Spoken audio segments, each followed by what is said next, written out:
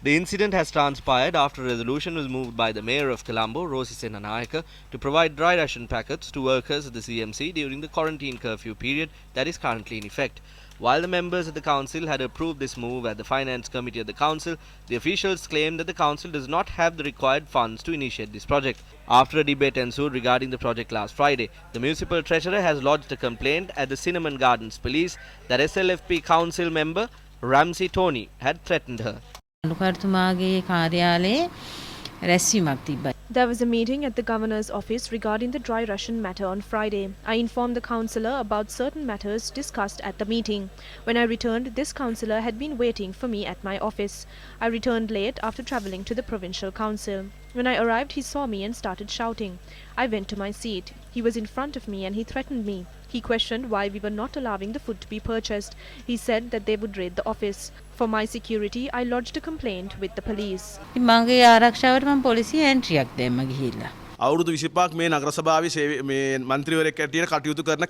had been a councillor for the past 25 years. I am from a poor family. If someone is trying to stop poor people receiving food to eat, those people are monsters. These officials are acting like monsters.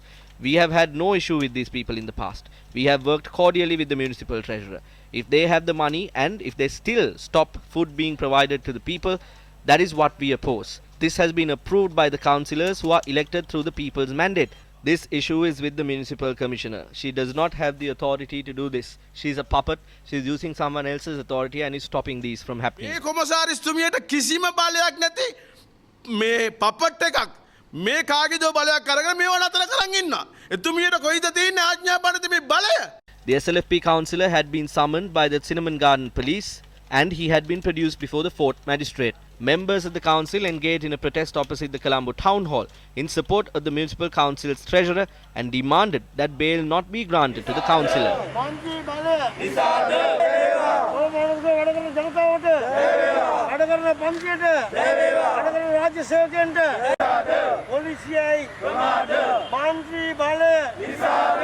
However, the SLFP member was released on bail.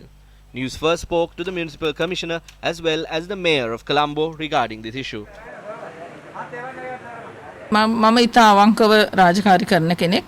I carry out my duties sincerely. Neither have I stolen a single penny from this municipal council, nor have I made any losses. However, several people become unhappy and dissatisfied when I take action against all the fraud and corruption that happens.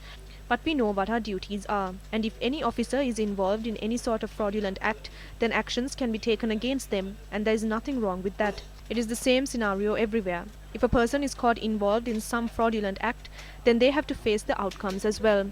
However, no matter what happens, we will carry out our duties. ඒ සම්බන්ධයෙන් නිලධාරීන්ට ගැටලු වලට මුහුණ දෙන්න වෙනවා.